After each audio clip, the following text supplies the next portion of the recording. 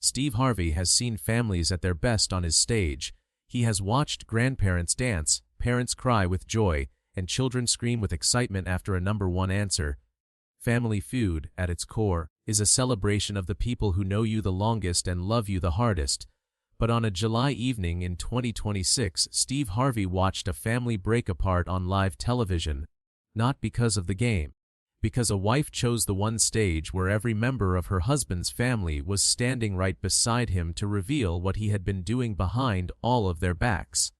She did not just expose her husband. She exposed him in front of his mother, his father, his sister, the people who had raised him, defended him, and believed in him his entire life. And when those family members heard the truth, what happened next was not what anyone expected. They did not rally around their son. They rallied around his wife. And the moment that shift happened, Steve Harvey stepped in, because the ground beneath that family had cracked open, and someone needed to make sure nobody fell through. There was a time when family loyalty meant protecting your own, no matter what.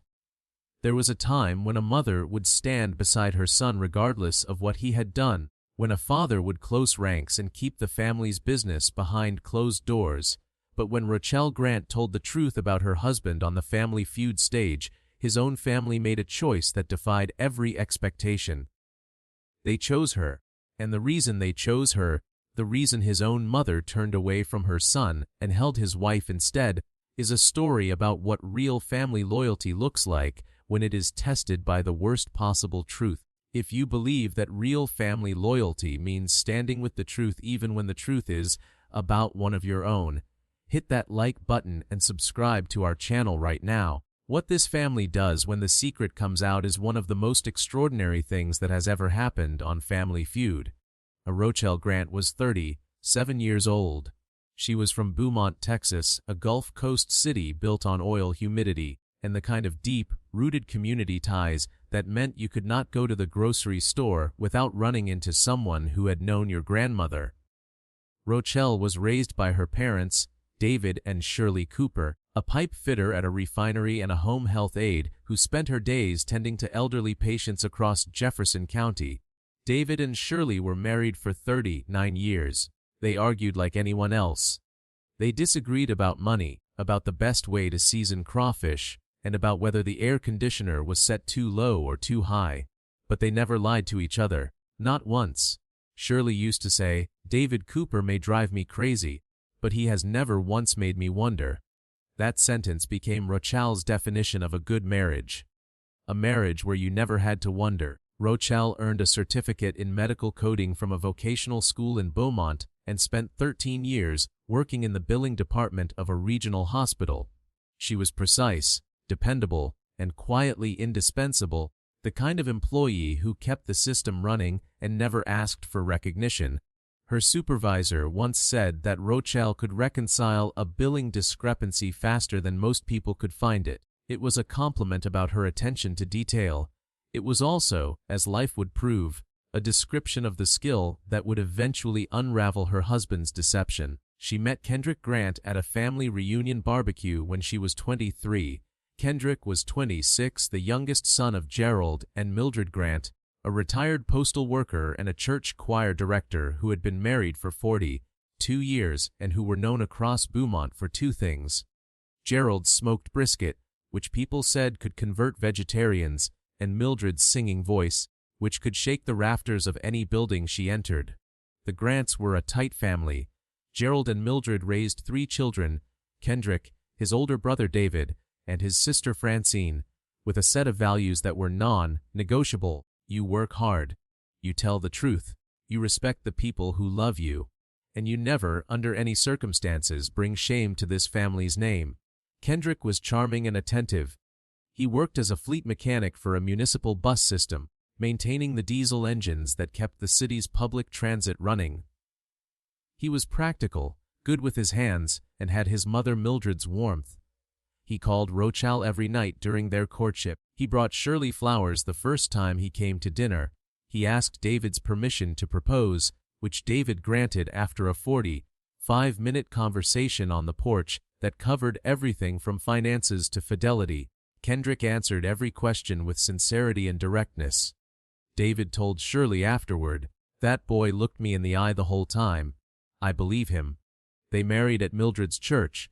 The reception was at Gerald and Mildred's house, with Gerald running the smoker and Mildred leading the choir in 3 hymns that she had chosen specifically for the occasion. Rochelle wore a dress she had found at a consignment shop and Shirley's pearl earrings, the ones Shirley had worn at her own wedding. Kendrick's vows were simple. He said, "Rochelle, I will never make you wonder." He had heard the phrase from Shirley during a conversation at a family dinner, and he used it because he meant it, or believed he did. For the first 10 years, the marriage was solid. They settled in a small house not far from Gerald and Mildred's place. They had 3 children. Their oldest, a daughter named Destiny, was now 12, observant and mature, with her grandmother Mildred's poise and her mother's attention to detail. Their son, Kendrick Jr., who everyone called KJ, was 9, energetic and loud, the family comedian. Their youngest, a daughter named Lyric, was 6, shy and artistic, who drew pictures of flowers and taped them to every surface she could reach. Rochelle continued working at the hospital. Kendrick was promoted to lead mechanic.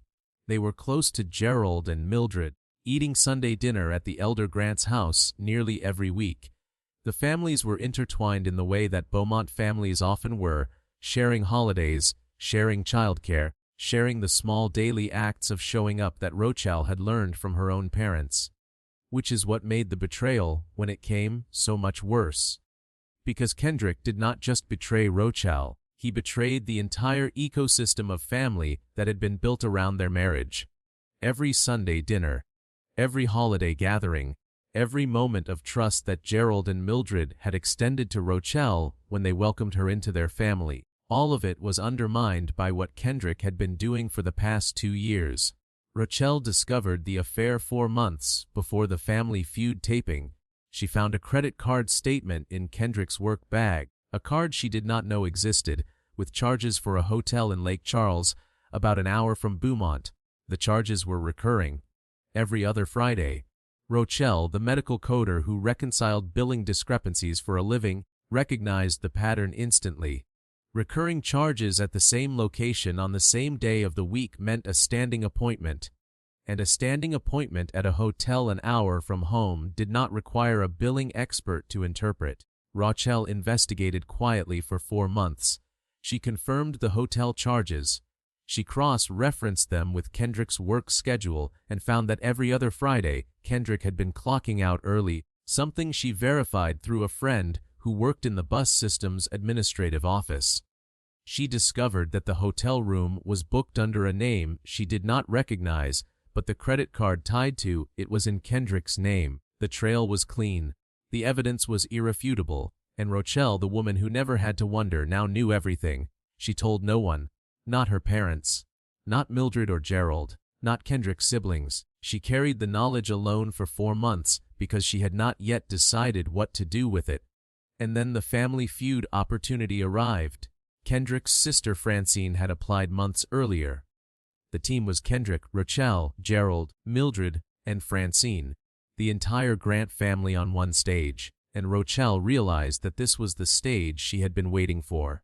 Not because she wanted to humiliate Kendrick in front of the world, because she wanted his family to hear the truth at the same time from her mouth, so that Kendrick could never control the narrative.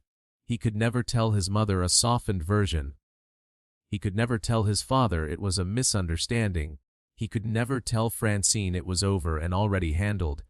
Everyone would hear the same truth at the same time, and they would have to decide, in that moment, who they believed. The Grant team was matched against the Bautista family from San Antonio, Texas, a Filipino-American family of 5 whose grandmother had been a contestant on a game show in the Philippines in the 1970s and who treated Family Feud like the championship round of a lifelong tournament. The energy was high and competitive from the first buzzer. Steve Harvey worked the introductions. When he reached the Grants, the family presented a picture of warmth and unity that the audience immediately responded to. Gerald, 70, introduced himself with a handshake and a grin. "Steve, I am the patriarch. I make the brisket and I make the rules." In that order, the audience laughed. Mildred, 68, introduced herself with the confidence of a woman who had directed church choirs for 40 years. I am Mildred Grant. I sing soprano and I do not tolerate off-key behavior in any form. More laughter. Francine was bubbly and enthusiastic. Kendrick introduced Rochelle as the love of my life and the best mother our 3 kids could ever have. Rochelle smiled. Her hand was in her pocket, touching the folded credit card statement she had carried with her for 4 months. The game progressed through the first 2 rounds. The Grants won both. They were a strong team. Gerald's answers were surprisingly sharp for a 70-year-old. Mildred's timing was impeccable. Kendrick was relaxed and charming. Rochelle played well, giving solid answers with the controlled composure of a woman who was waiting for the right moment, the way a surgeon waits for the right heartbeat to make the incision. The 3rd round arrived. Steve read the question. We asked 100 married women, what is the worst thing you could find in your husband's wallet or pockets? Rochelle was up for the face-off. She hit the buzzer. She looked at Steve Harvey. And for the first time all day, she did not give a game answer. She gave the truth, a credit card you did not know about, with charges for a hotel in Lake Charles, Louisiana, every other Friday. For 2 years, the studio went silent. Not gradually, instantly, the way a room goes silent when the oxygen is suddenly removed. 200 people processed the words at the same time and arrived at the same conclusion at the same moment. This was not a survey response. This was an accusation, delivered in front of the accused man's entire family. Steve Harvey's card dropped a 1/4 inch in his hand. His eyes went wide. He looked at Rochelle, then at Kendrick, then at the rest of the Grant family lineup. The expression on his face shifted rapidly from confusion to recognition to the focused gravity of a man who understood exactly what had just happened. Kendrick's face went through its own transformation. Confusion first, as if the words did not make sense, then recognition as the specific details registered. Lake Charles, every other Friday, 2 years, those were not guesses, those were facts. And the only person who could have those facts was someone who had found the evidence. His eyes locked on Rochelle with the panicked intensity of a man who had just realized that the woman standing 5 feet away knew everything. But the most devastating reactions were not from Kendrick or Rochelle. They were from the family. Mildred's hand went to her chest. The choir director who did not tolerate off-key behavior in any form was hearing the most dissonant note of her life. Her eyes moved from Rochelle to Kendrick and back, and what crossed her face was not just shock, it was the beginning of a reckoning. Gerald stood perfectly still, the way he had stood at the smoker for 30 years, patient and controlled, processing heat. But his jaw had tightened and his hands, which had been relaxed at his sides, had closed into fists. Not aggressive fists, gripping fists. The fists of a man holding on to something, maybe his composure, maybe his faith in his son, maybe both. Francine had covered her mouth with both hands and was looking at her brother with an expression that mixed horror and the unmistakable sting of personal betrayal. Rochelle stood at the podium.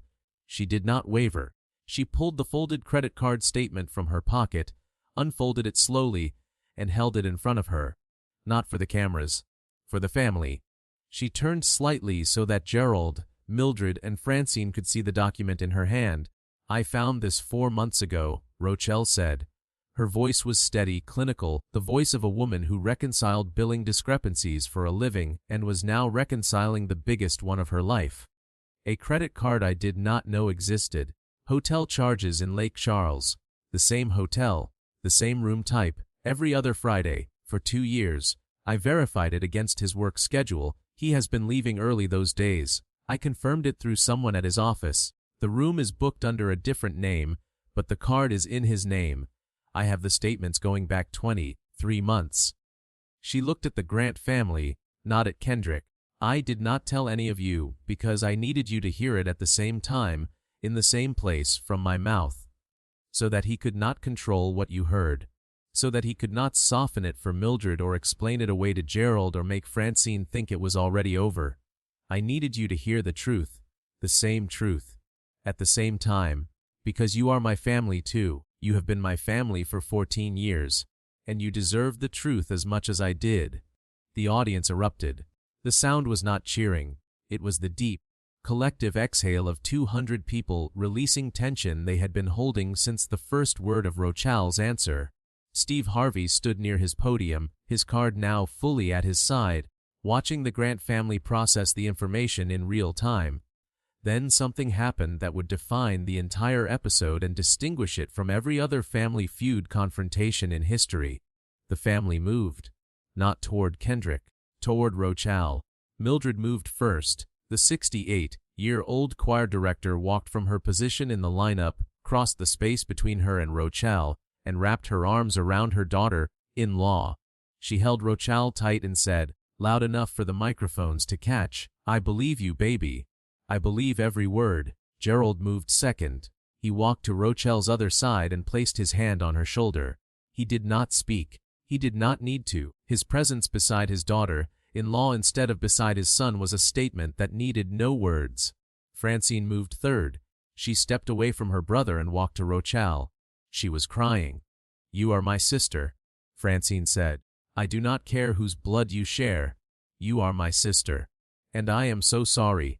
Kendrick stood alone. His mother, his father, and his sister had crossed the stage and positioned themselves around his wife. The family he had been born into had chosen the family he had betrayed. He stood in the space they had left behind, empty and exposed, the physical embodiment of what happens when the people who love you the most decide that their love for the truth is stronger than their loyalty to your lie. Steve Harvey pulled his earpiece out. "We are stopping," he said. "The game is done." Steve walked to center stage and stood in the space that had opened up between Rochal, surrounded by the Grant family, and Kendrick, standing alone. The visual was staggering. The cameras captured it from every angle. On one side, a wife held by her husband's own mother, father, and sister.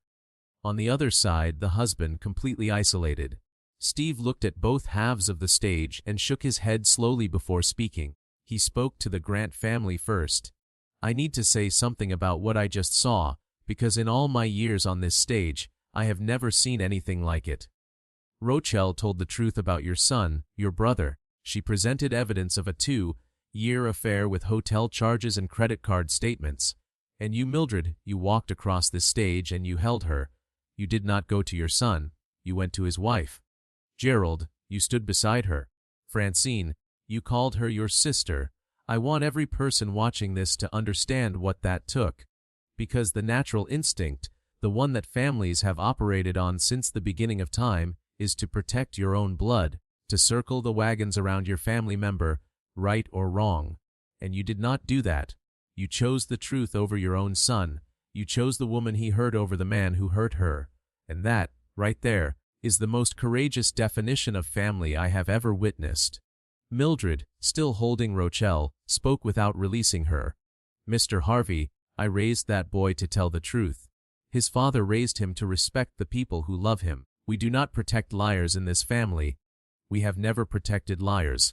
If my son did what Rochal says he did, and I believe her because that girl has never lied to me in 14 years, then my son broke the rules of this family, and the rules do not change because the person who breaks them shares my blood." The audience erupted in the heaviest applause of the evening. Gerald, standing beside Rochal with his hand still on her shoulder, nodded once, the nod of a man whose wife had just said exactly what he was thinking.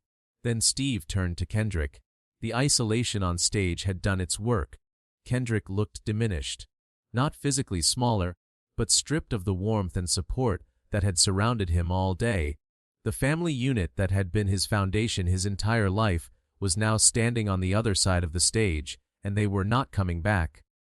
"Kendrick, I am going to talk to you now, and I want you to listen, not just to me, but to what just happened on this stage. Your wife presented evidence of a 2-year affair. She did it in front of your mother, your father, and your sister, and what happened next should tell you everything you need to know about where you stand. Your mother walked to Rochal. Your father stood with Rochal. Your sister called Rochal her sister. They did not defend you. They did not make excuses for you. They chose her. Your own family chose your wife over you, because your wife came with the truth. And you came with 2 years of lies.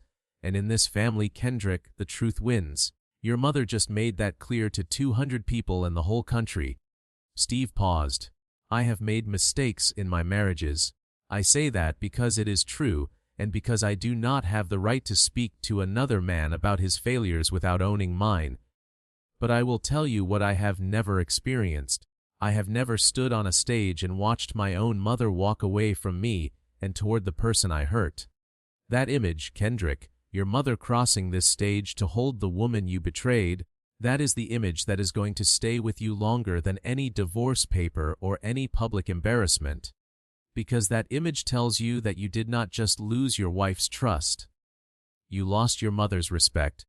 And from a man who loves his own mother more than anything in this world, I can tell you that there is no lonelier place on earth than where you are standing right now.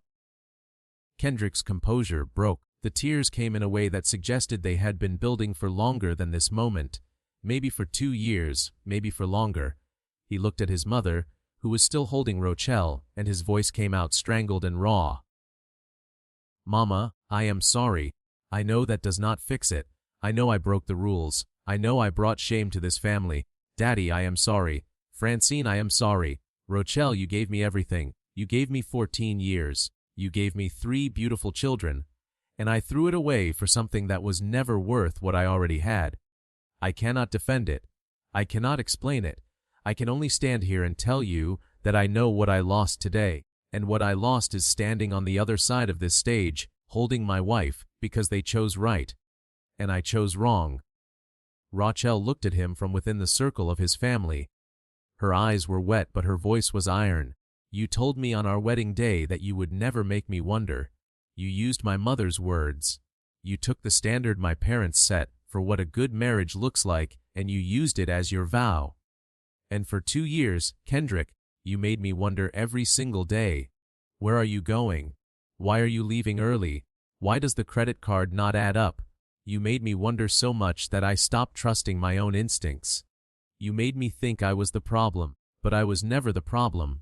The problem was every other Friday in Lake Charles, and your family, the family you grew up in, the family that taught you better, they just told you so.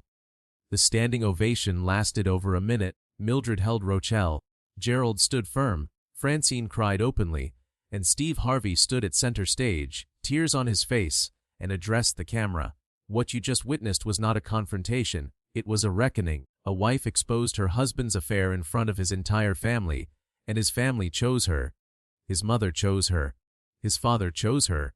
His sister chose her. They chose the truth over their own blood. And that is the hardest, bravest, most painful version of love that exists. Because loving your child does not mean protecting them from the consequences of what they have done. Loving your child means holding the person they hurt and saying, I believe you. Mildred Grant did that tonight, and she taught every parent watching that real family loyalty is not about sides. It is about truth. The game was never completed. Both families received their full prizes and compensation. The Bautista family grandmother found Rochelle backstage and said, through her daughter's translation, in the Philippines, we say family is everything. But tonight, I learned something new. Family is not everything when everything includes a lie. The truth is everything, and your family chose it. When the episode aired 6 weeks later, it became one of the most emotionally impactful Family Feud episodes ever produced. The clip was viewed over 120 million times. But what made this episode unique in the viral landscape was not the revelation of the affair, which was by now a recurring theme in Family Feud's most dramatic moments. What made it unique was the family's response. The image of Mildred walking across the stage to hold Rochelle became the episode's defining visual. It was screenshotted, shared, and discussed more than any other moment. People described it as the walk, and used it as shorthand for choosing integrity over convenience. Parenting experts, family therapists, and cultural commentators all weighed in, and the consensus was near universal. Mildred Grant's decision to publicly side with her daughter-in-law over her own son was one of the most powerful demonstrations of moral courage ever captured on television. The episode sparked a national conversation about family loyalty and the limits of unconditional support. A sociologist at a university in Texas published a widely cited paper analyzing what she called the Grant pivot, the moment when a family unit reorients its loyalty around the truth rather than around blood. The paper argued that Mildred's walk across the stage represented a rejection of the traditional family first model and its replacement with a truth first model that, while painful, ultimately preserved the family's integrity even as it fractured one of its relationships. The paper was assigned in family studies courses at several universities. Rochelle returned to Beaumont and went back to work. She filed for divorce within a month. The credit card statements she had documented over 4 months made the financial aspects of the divorce straightforward. Her attorney said it was one of the most meticulously prepared cases she had ever received from an individual client. Rochelle said, "I reconcile billing discrepancies for a living. I just reconciled the biggest one of my life." Mildred gave one interview after the episode aired. She sat in her living room in Beaumont, the same room where she had hosted Sunday dinners for 4 decades, and spoke with the clarity and conviction of a woman who had directed choirs and raised children with the same unwavering standard. "People ask me how I could choose my daughter-in-law over my son. I tell them I did not choose Rochelle over Kendrick. I chose the truth over a lie. My son told a lie for 2 years. Rochelle told the truth for 5 minutes, and in those 5 minutes, she showed more respect for this family than my son showed in 24 months. I raised Kendrick to be honest. He was not honest. I did not raise Rochelle, but she was honest. So I walked to the person who was living by the values I taught. It happened to be his wife, and I would do it again." Gerald gave no interviews but spoke to the pastor of his church, who shared the conversation with Gerald's permission. Gerald said, "I built my life on 2 things, good brisket and good character. My son has good taste, but his character failed him. When Rochelle spoke on that stage, I knew in my gut she was telling the truth. I also knew that my place was beside her, not because I do not love my son. I love him more than he will ever understand. But love does not mean agreement, and standing beside Rochelle was the only honest position available to me. I hope my son understands that one day. I hope he understands that I stood with his wife because his wife stood with the truth. And in this family, the truth is the only thing I have ever built my life on, besides brisket." Francine wrote a public post after the episode that was shared hundreds of thousands of times. She wrote, "Rochelle married into my family 14 years ago. She cooked at our Thanksgivings. She braided my daughter's hair. She called my mother every Sunday. She was my sister before the wedding and she is my sister now. What my brother did to her he also did to me, because when you betray someone who is part of our family, you betray all of us. I stood with Rochelle on that stage because she is my sister, and I will stand with her every day after this. Blood does not get a free pass in the Grant family. Character does." Kendrick left the family home. He did not make a public statement. People close to the family said the aspect that affected him most profoundly was not the public exposure, but the image of his mother holding his wife. He told a friend, "I can survive the whole country knowing what I did. I cannot survive watching my mother walk away from me." She did not even hesitate. She walked straight to Rochelle, and that walk was the longest walk I have ever seen, because with every step she took toward my wife, she was taking a step away from me. I earned that. I know I earned it. But knowing you earned something does not make it hurt less. Steve Harvey spoke about the Grant episode at multiple events. At a family leadership conference, he gave a speech that was recorded and viewed tens of millions of times. "I have been around families my entire career. I have studied them. I have celebrated them. I have helped them laugh at themselves. But the Grant family taught me something I had never fully understood until I stood on that stage and watched it happen. They taught me that family loyalty is not about protecting your family members from consequences. It is about protecting your family's values from the people who violate them." Mildred Grant walked across my stage and she held her daughter-in-law instead of her son, and in that walk, in those 10 steps, she said something louder than any words. She said, "This family does not protect liars. This family protects the truth, even when the truth hurts the person I gave birth to." Destiny, Rachel's 12-year-old daughter, asked her mother a question a few weeks after the episode that Rochelle said she would remember forever. They were sitting at the kitchen table, and Destiny said, "Mom, Grandma Mildred walked to you. She did not walk to Daddy." "Why?" Rochelle thought carefully about how to answer. She said, "Because Grandma Mildred believes that the truth matters more than being comfortable, and on that day, walking to me was the truthful thing to do. It does not mean she stopped loving your daddy. It means she loved the truth more than she loved his mistake." Destiny was quiet for a moment. Then she said, "I want to be like Grandma Mildred when I grow up. I want to walk to the truth even when it is hard." Rochelle held her daughter's hand and said, "Baby, you already do. You got that from her." 1 year later, Family Feud invited Rochelle back for a special update. She walked onto the stage to a standing ovation that lasted over 90 seconds. She wore a dark blue dress and Shirley's pearl earrings, the same ones she had worn on her wedding day, now reclaimed. Beside her, walking onto the stage together, were Mildred, Gerald, and Francine, the Grant family, not the name on Rochelle's birth certificate, but the family that had chosen her when it mattered most. They walked out together, shoulder to shoulder, and the image of those 4 people, 3 of them related to the man who had betrayed the 4th, standing together on the stage where the truth had been told, produced an ovation that the production crew later said was the longest in the show's recent memory. Steve hugged Rochelle, then hugged Mildred, then shook Gerald's hand, then hugged Francine. He looked at them and shook his head. The Grant family, all of you, standing together. 1 year later, after everything. "How are you doing?" Rochelle spoke first.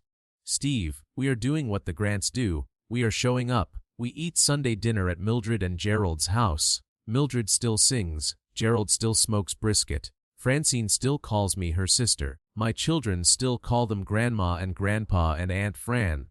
The table is smaller by 1 chair, but every chair that is there is filled with someone who chose the truth, and a table full of truth, Steve, is better than a table full of people who are pretending." Mildred added, "My son is working on himself. I pray for him every night. I love him. That has not changed. But I do not regret walking to Rochelle on that stage. I would walk to her again, because she did not just expose my son. She trusted me enough to tell me the truth, and trust, Mr. Harvey, is the highest compliment a daughter-in-law can give a mother-in-law. She trusted that I would choose right, and I did." Steve turned to the camera one final time. 1 year ago, a wife exposed her husband's affair on my stage, but that is not what made this episode historic. What made it historic is that his family chose her. His mother walked to her. His father stood beside her. His sister called her sister. They did not circle the wagons around their blood. They circled around the truth. And 1 year later, they are still circled, still together, still eating Sunday dinner, still singing, still smoking brisket. The chair is empty, but the table is honest, and an honest table, ladies and gentlemen, is the only table worth sitting at. The story of Rochelle Grant and the night the Grant family chose truth over blood endured as one of the most beloved and most referenced Family Feud episodes ever produced. Not because of the affair, not because of the evidence, but because of Mildred's walk, 10 steps across a game show stage. 10 steps that said everything about what family loyalty really means when it is tested by the hardest possible truth. 10 steps from a 68-year-old choir director who did not tolerate off-key behavior in any form and who, when the most dissonant note of her life was played on her stage, did not look away. She walked toward it, and she held the person it had hurt the most. That walk changed the conversation about family. It changed the conversation about loyalty, and it reminded every person who watched it that the strongest families are not the ones who never face hard truths. They are the ones who face them together, even when together means standing on the opposite side of the stage from your own son.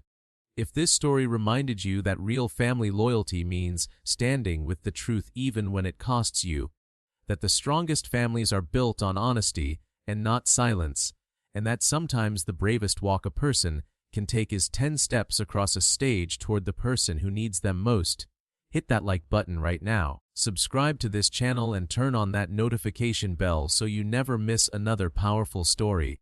We bring you the most incredible and emotional Family Feud moments every single week. Real families, real choices, and real love that is strong enough to choose the truth. Thank you for watching, and we will see you in the next one.